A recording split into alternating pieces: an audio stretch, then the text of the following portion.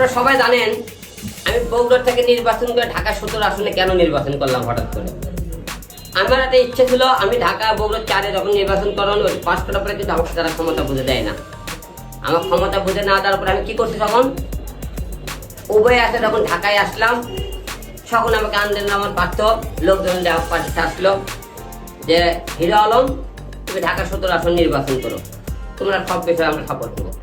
আচ্ছা গেলাম, সাপোর্ট দেওয়ার কথা বললো, কার নির্দেশে কে বলছে, করছে হ্যাঁ তোমার পিছনে আমাদের বিএনপি সবাই সহযোগিতা করবে নির্বাচনে, তুমি থাকো, আমাদের উপর থেকে অর্ডার আছে।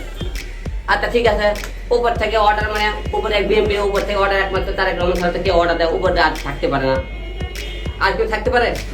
আচ্ছা তাহলে আমাকে যে তারা নির্বাচন করে ওই যে দাবি করে মানুষ আওয়ামী লীগ মারতে মারতে মারে ফেলে দেবে, আমি যদি সেদিন মারা যাইতাম তাহলে আমার মা আমার বাচ্চার কে খবর নিত। তাহলে এই দেশের জনগণের কিন্তু সত্য কথা বলেছি আমি ওবায়দুল কাদের এবং মনে করেন শেখ হাসিনা সহ মোট মনে করেন 12 ধরনের নেমে বগুড়া কোথায় মামলা করতে গেলাম, আমাকে ওই যে মারার জন্যে মামলা করবে গেলে ওখানে কি করলো, ওখানে কোর্টে মামলা করবে, সেদিন আমাকে একদল আমাকে মারধর গুলো করে মামলা করতে গেলে। এই যে একের পর এক মার খাইছি, বিনিময়ে আমি একটু টাকা পাইছি না, এই যে থেকে মনে করেন আপনি ইয়ে পাইছে যে আমাকে একটা সংগঠনের একটা জায়গা দিচ্ছে না, এই সরকার এত লাঞ্ছিত এত অন্যায় প্রতিবাদ করে একটা জায়গা দিতে যে হিরো আলমের ভালো কিছু করে একটা জায়গা করে, এই ছেলে তো অনেক সংগ্রাম করে লড়াই করতে মৃত্যুর হাত থেকে বেঁচে আছে, তাও পেতে পাইনি আমরা, তাও পাইনি। কিছু কিছু বিষয় নেতারা ডাইরেক্ট কথা বলে না, আপনারা সবাই জানেন। কিন্তু একটা জায়গা নির্বাচন করবেন, সেই দলের কেউ যদি আমাকে পাশে থাকে তাহলে অবশ্যই উপর থেকে আপনি ধরেন আপনি একটা এমপি, একটা মন্ত্রী, আপনি কার অন্য সেটা আলম ওই জায়গায় নির্বাচন করলো, সেটা একটা দলের এখন সে তো একজন এমপি নাকি, সে আমাকে একটা তো তা তো অবশ্যই তার পর দেবে, তুমি কেন আলম সেন্টার দিলা, কেন ভোট করালা, দিবি না দিবে। তাহলে এত কিছু তো আপনি বাঙালি যখন ভাবিলে বুঝে নেবেন এর পিছনে কে আছে কি না আছে। আমি তো কত ক্লিয়ার করলাম, অত বেশি কথাটাতে পেশাবেশি করতে চাই না। 4 আসনে আমি উপনির্বাচন করার ঘোষণা দিয়েছি। আপনারা একটা জিনিস ফলো করবেন, যতবারে আমি কোনো নির্বাচনে আসি, নির্বাচনের আগে কিন্তু আমার উপর হামলা আর মামলা হয় প্রত্যেকটা বাড়ি। তো এই যে আমি 7 নির্বাচন করব, তারই কোনো মনে করেন নতুন কোনো কৌশল অবলম্বন করে আমাকে মামলা দিল কি না, এটাও আমি বুঝতে পারতেছি না।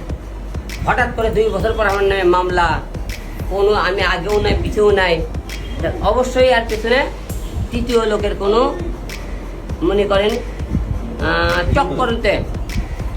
আর একটা লোক আমাকে ফাঁসানোর চেষ্টা করতেছে, আমি লোকটা আপনি 2-1 দিন পর তার ছবি সহকারে আমি ডাকবো। সে আমাদের বিএনপির একদম বড় রাজনীতিবিদ এবং তার সাথে আমার পুরো আওয়ামী লীগের তারা নাকি আর পূর্ব শত্রুতা আছে।